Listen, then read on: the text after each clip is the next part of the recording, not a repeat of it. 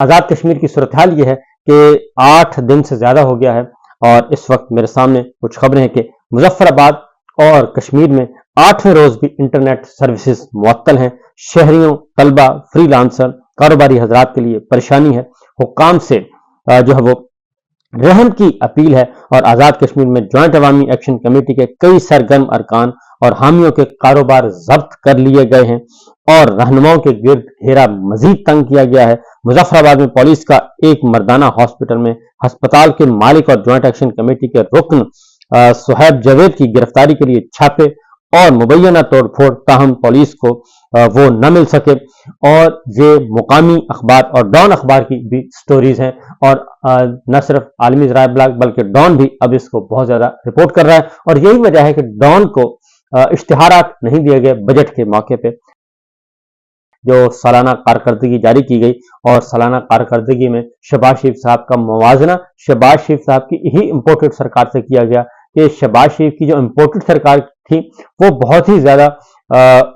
نااہل تھی، لیکن امپورٹڈ سرکار سے بہتر کارکردگی جو الیکشن چور پارلیمنٹ ہے وہ دکھا رہی ہے. تو ڈان اخبار کو اسی وجہ سے نہیں دیے گئے اشتہارات، لیکن ڈان جو ہے وہ اس نے آج یہ رپورٹ کیا ہے. اور یہ صرف اب یہ جو معاملہ پنجاب میں تھا، یعنی کہ جس طریقے سے پنجاب میں دکانوں کو مکانوں کو توڑا جاتا تھا اپوزیشن کی جماعتوں کو جو اختلاف رائے رکھتے ہیں، وہی سلوک جو ہے وہ اب کشمیریوں کے ساتھ کیا جا رہا ہے. ان کی دکانیں توڑی جا رہی ہیں، ان کے کاروبار بند کیے جا رہے ہیں اور ان کے کاروبار پہ قبضے کیے جا رہے ہیں، ان کے گھروں پہ حملے کیے جا رہے ہیں. یہ سارے کا سارا سلسلہ جو ہے وہ اب ہمیں آزاد کشمیر میں نظر آ رہا ہے. میرا خیال ہے کہ یہی ہم تقریباً 79 برس سے یہی صورتحال ہم مقبوضہ وادی کے بارے میں رپورٹ کرتے رہے ہیں، لیکن میرا خیال ہے کہ ہمارے جو حکمران ہیں عسکری بھی اور سیاسی بھی دونوں اس معاملے میں اپنی آنکھیں بند کر چکے ہیں اور اپنے صرف ذاتی سیاسی ایجنڈے کی طرف لگے ہوئے ہیں. اور شاید ان کو اندازہ نہیں ہے کہ یہ جو بغض اور حسد اور انتقام کی آگ ہے یہ کشمیر کو نہیں جلا رہی بلکہ یہ پاکستان کو جلا رہی ہے اور پاکستان کی شہ رگ کو کاٹ رہی ہے. کیونکہ راولا کوٹ میں جو صبح آپریشن کیا گیا اس کے اثرات آنا شروع ہو گئے ہیں اور عوام پہلے سے زیادہ جو ہیں وہ نکلنا شروع ہو گئے ہیں اور اب اس خبر کو رپورٹ کیا جا رہا ہے پوری دنیا میں. اب آگے بڑھتے ہیں جناب. یہ معاملہ جو ہے کوئی اتنا اچھا نہیں ہے. کشمیر پہ ہم مسلسل آہوزاری کر رہے ہیں لیکن لگتا یہ ہے کہ کوئی احساس نام کی فی الحال کوئی چیز نہیں ہے اور اس کا خمیازہ جو ہے ہمیں بھگتنا پڑے گا آگے جا کے. اس کی ریزن یہ ہے کہ بنگالیوں کے خلاف بھی ایک آپریشن کیا گیا تھا اور اس کا خمیازہ جو ہے وہ ہم نے بھگتا تھا. پاکستان 2 ٹکڑے ہو گیا تھا. دوسری جانب یہ کہا جا رہا ہے کہ یہ جناب کشمیر کو صوبہ بنا دیا جائے گا. اب ایمل ولی خان جو ہیں وہ کہتے ہیں کہ کشمیر کا ڈرامہ بند کر دینا چاہیے. ایک کشمیر کا ٹکڑا انڈیا لے گیا، ایک کشمیر کا ٹکڑا چائنا لے گیا اور اب یہ کشمیر ہے اس پہ پاکستان جو ہے وہ اپنا جو ہے وہ حق ظاہر کر دے اور یہ لڑائی ختم کرے. اور پھر اب انہوں نے ایک اور بات کر دی ہے کیونکہ یہ کشمیر میں جو آگ لگائی جا رہی ہے اور کشمیر کی جو 12 سیٹیں ہیں مہاجرین کے نام پہ جو رکھی ہوئی ہیں، اب ایمل ولی خان ANP کے ہیں وہ کہتے ہیں کہ جناب پھر تو اس طریقے سے جو بات میں کہتا تھا کہ یہ خدشہ موجود ہے تو انہوں نے کہا کہ اسی طریقے سے تو پختون بھی جو ہیں وہ بھی آباد ہیں مہاجر کے طور پہ. سندھ میں آباد ہیں، پنجاب میں آباد ہیں اور خیبر پختونخوا میں آباد ہیں، بلوچستان میں اور اسی طریقے سے جو بلوچی ہیں وہ جو ہے وہ بھی دوسرے صوبوں میں ہیں. تو پھر ان کی بھی سیٹیں جو ہیں وہ ہونی چاہیے قومی اسمبلی میں اور صوبائی اسمبلی میں، وہاں سے بھی جیت کے آئیں لوگ اور وہ اسمبلیوں کی نمائندگی کریں. تو یہ ایسا ایک ایسی شیطان کی آنت کی طرح یہ ایشو پھیلے گا کہ کسی سے سنبھالا نہیں جائے گا. دوسری جانب یہ بات ایک بار پھر کہوں کہ اس سے پاکستان پیپلز پارٹی اور مسلم لیگ نواز اور کشمیر کی وہاں پہ جو حکمران جماعتیں ہیں وہ اس سے بری ذمہ نہیں ہو سکتی. وہ یہ سارا ملبہ فیلڈ مارشل اور فوج پہ نہیں ڈال سکتی کیونکہ خمیازہ پھر سب کو بھگتنا پڑے گا اور وہ بھی اقتدار پہ اسی طریقے سے قابض ہیں. اور یہ صرف فرق اتنا ہے کہ جناب فیلڈ مارشل نے ان کو بٹھایا ہوا ہے، ان کی پشت پناہی کر رہے ہیں اور وہ اقتدار کے مزے لوٹ رہے ہیں. لیکن نون لیگ اور پیپلز پارٹی جو ہے وہ کوئی بھی ایسا موقع ہاتھ سے جانے نہیں دیتے جس میں وہ بتا نہ رہے ہوں کہ یہ جناب اس میں ہم تو معصوم لوگ ہیں، یہ سب کچھ فیلڈ مارشل کروا رہے ہیں. میں بجٹ کی تقریریں سن رہا ہوں، قومی اسمبلی میں بجٹ تقریریں چل رہی تھیں تو اس میں کوئی بھی نون لیگ کے رکن قومی اسمبلی اور یہاں تک کہ وزراء وہ بھی فوج پر اسی طریقے سے تنقید کر رہے ہیں، بلکہ اس سے زیادہ تنقید کر رہے ہیں جب وہ اپوزیشن میں تھے، اور وہ نام لے رہے ہیں اس دور کا، یعنی کہ عمران خان کے دور حکومت کو یاد کر کے وہ فوج کو رگڑا لگا رہے ہیں، اور وہ بتا رہے ہیں کہ جناب اسپیکر جو ہے اس وقت کا اسپیکر آزاد ہے، اس وقت کا اسپیکر آزاد نہیں تھا۔ لیکن جو میں تقریریں سنی اس میں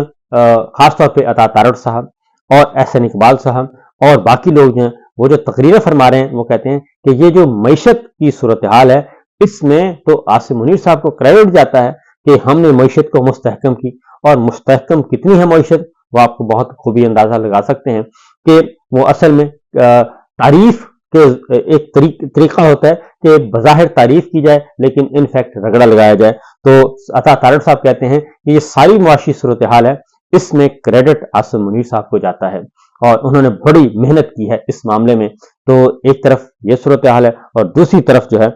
پیپلز پارٹی جو ہے وہ بھی بجٹ تقریروں میں، شرمیلا فاروقی کی تقریر سنی تو وہ بھی بجٹ تقریر میں مسلم لیگ نواز کو آڑے ہاتھوں لے رہی ہے، اور حالانکہ انہوں نے اس بجٹ پہ ووٹ بھی دینا ہے اور وہ آن بورڈ بھی ہیں، لیکن پیپلز پارٹی جو تقریریں ان کے ارکان کر رہے ہیں وہ یہ کہہ رہے ہیں کہ اس میں نوجوانوں کے لیے کچھ نہیں رکھا گیا، صرف 1 لاکھ لوگوں کے لیے، 1 لاکھ کچھ نوجوانوں کے لیے رکھا گیا، جبکہ بے روزگاری بڑھ چکی ہے، خط غربت سے لوگ نیچے جا رہے ہیں، اس کی طرف کچھ نہیں رکھا گیا اس بجٹ میں۔ لیکن تنقید بھی کر رہے ہیں اور ساتھ ہی ساتھ وہ ووٹ بھی دیں گے اور اس بجٹ کو منظور بھی کروائیں گے۔ تو یہ پیپلز پارٹی کا ایک چہرہ نظر آ رہا ہے بجٹ میں۔ اس کے ساتھ ساتھ جی پاکستان تحریک انصاف کیا کر رہی ہے؟ پاکستان تحریک انصاف کے بارے میں اقبال افریدی صاحب رکن قومی اسمبلی ہیں، اور وہ کافی متحرک ہیں اور عمران خان کے جی ایل اے ہیں، اور وہ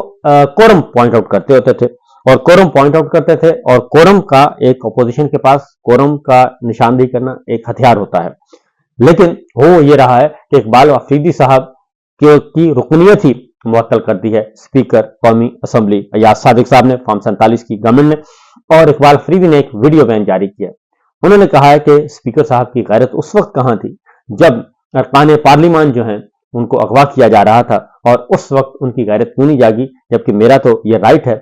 قانونی آئینی حق ہے کہ میں کورم کی نشاندہی کروں، اور اس آئینی حق کے استعمال پر میری رکنیت معطل کر دی گئی ہے۔ لیکن اقبال افریدی کے معاملے میں جو اصل خبر ہے وہ یہ ہے کہ خاموش ہیں، پاکستان تحریک انصاف جو ہے وہ خاموش ہے، اور وہ کسی قسم کا احتجاج نہیں کر رہی، بلکہ ان کو بائیک آؤٹ کرنا چاہیے تھا، اقبال افریدی کی رکنیت بحال کروانی چاہیے تھی، شور شرابہ کرنا چاہیے تھا۔ فی الحال شور شرابہ نہیں ہو رہا، بلکہ تقریری مقابلے ہو رہے ہیں، اور اپوزیشن اور حکومت جو ہے وہ آپس میں تقریریں کر رہے ہیں جی۔ یہ صورتحال۔ اس کے ساتھ ساتھ جو اگلی خبر ہے وہ ہے جی معاشی حالت کے بارے میں۔ تو معاشی حالت جو معاشی ماہرین ہیں وہ بدستور، جو انڈیپینڈنٹ معاشی ماہرین ہیں وہ بدستور بتا رہے ہیں کہ پاکستان کی معیشت جو ہے وہ اور معاشی جو ہمارا بحران ہے وہ بڑھتا جا رہا ہے، اور اگر یہی طولہ برقرار رہا تو پھر شاید ہی کوئی امکان ہو۔ اس کے ساتھ ساتھ جی کرنل صاحب کا بہت ذکر ہو رہا ہے، اور خاص طور پہ احسن اقبال صاحب نے کہا ہے کہ کرنل صاحب جو ہیں وہ قومی اسمبلی کا ایجنڈا سیٹ کرتے تھے، کرنل صاحب جو ہیں وہ فیصلہ کرتے تھے کہ کون سا بزنس جو ہے وہ اسمبلی میں زیر بحث آئے گا، اور انہوں نے کہا کہ اسد کیسر صاحب اسپیکر نہیں تھے بلکہ کرنل صاحب اسپیکر تھے۔ اور یہ وہ بات ہے جو کہ میں آپ کو بتا رہا ہوں کہ اصل کہنا وہ کہتے ہیں جی کہنا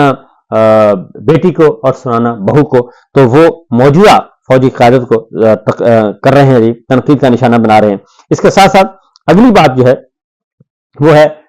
قومی اسمبلی کے اجلاس میں جو تقریریں چل رہی ہیں اس میں جیسے ہی اپوزیشن جواب دینے کی کوشش کرتی ہے اور اپنی تقریر کا آغاز کرتی ہے تو سینسرشپ عائد کر دی جاتی ہے، اور کیونکہ وہاں پہ صرف ایک ہی سورس ہے پاکستان ٹیلی ویژن کا، اور ہو یہ رہا ہے کہ اس پہ بھی کوئی آواز نہیں بلند کر رہا، ہو یہ رہا ہے کہ حکومتی ارکان بھرپور طریقے سے اپنی بات کرتے ہیں اور پوری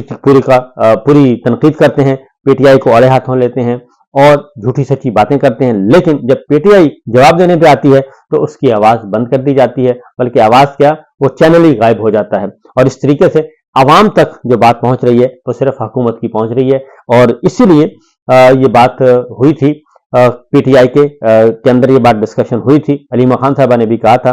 سہیل آفریدی صاحب نے بھی کہا تھا کہ بجٹ کے دوران احتجاج کیا جائے گا, لیکن بجٹ کے دوران احتجاج نہیں چل رہا, بلکہ حکومت اپنی تقریریں پوری کر رہی ہے اور اپوزیشن کی تقریروں کی نوبت ہی نہیں آ رہی. ایک اور خبر, اور وہ بھی پاکستان تحریک انصاف کے بارے میں, کیونکہ